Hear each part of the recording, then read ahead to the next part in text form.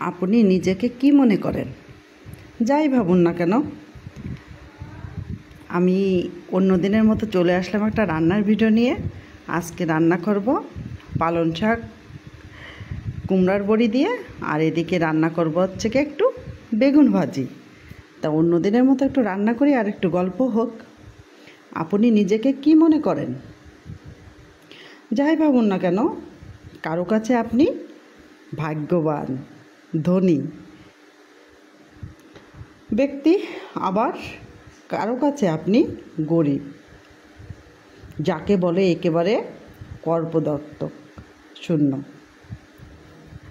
পিঁপড়াদের কাছে হয়তো আপনি একটা দানব, কিন্তু হাতির কাছে আপনি কিছুই নয়।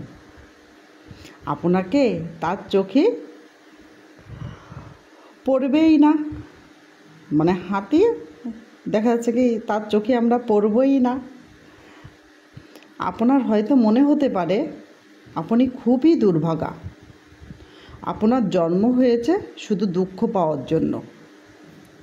কিন্তু আপনি কি জানেন কত মানুষ হাহাকার করছে আপনার মতো একটি সুন্দর জীবনযাপন করার জন্য?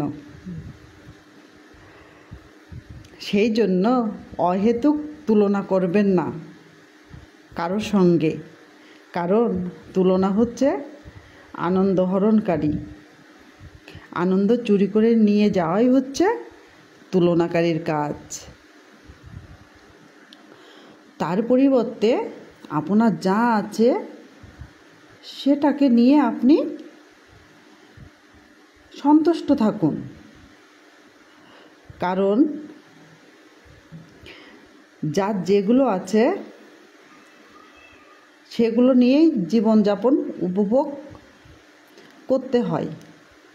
মনে রাখবেন, জীবন হচ্ছে একটা বড় খেলনা, যেখানে জয় পরাজয়ের নির্ধারিত হয় আপনার দৃষ্টিভঙ্গির উপর।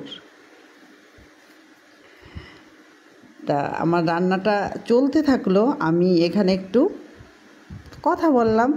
আর আমি আজকে রান্না করছি পালং শাক রান্না করছি কুমড়ার বড়ি দিয়ে। আর আমি এখানে কোনো কিছুই ব্যবহার করিনি, একেবারে সাদামাটা রান্না। তেল দিয়েছি, কালো জিরা পোড়া দিয়েছি, আর আমার বড়িগুলো ভেজে নিয়েছি। নিয়ে আমি শাকটা দিয়ে দিয়েছি, দিয়ে লবণ, হলুদ, একটু মরিচ দিয়ে একটু ভালো করে নাড়াচাড়া করে কমিয়ে নিলাম। নামানোর আগে আমি একটু চিনি ব্যবহার করেছি। এইভাবে আমার শাকটা রান্না হয়ে গেল। যেহেতু আমি আজকে পেঁয়াজ রসুন কিছুই দিইনি, কালকে আমার রবিবার, তো যদি শাক বেঁচে যায় তাহলে খাওয়া লাগবে, এই জন্য আমি পেঁয়াজ রসুনটা দিলাম না। আর পেঁয়াজ রসুন না দিয়েও খাওয়া যায়। আর আরেকটা কী করছি, এখানে বেগুন ভাজি করছি। এখানে আমি লবণ, হলুদ, চালের গুঁড়া, চিনি, মরিচের গুঁড়া দিয়ে আমার বেগুনটা সুন্দর করে আমি হাতে মাখিয়ে নিয়েছি। মাখিয়ে নেওয়ার পর কড়াইতে তেল দিয়ে দিলাম, দিয়ে আমি বেগুনগুলো ভাজা শুরু করে দিলাম। তা আমার আজকে দুপুরে রান্না ছিল সজনে দিয়ে ডাল, তারই সঙ্গে ছিল বেগুন ভাজি, আর তার সঙ্গে ছিল একটু আলু ভর্তা।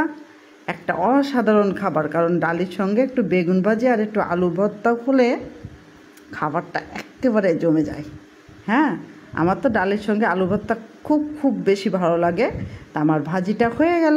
ভালো থাকেন সবাই, নমস্কার।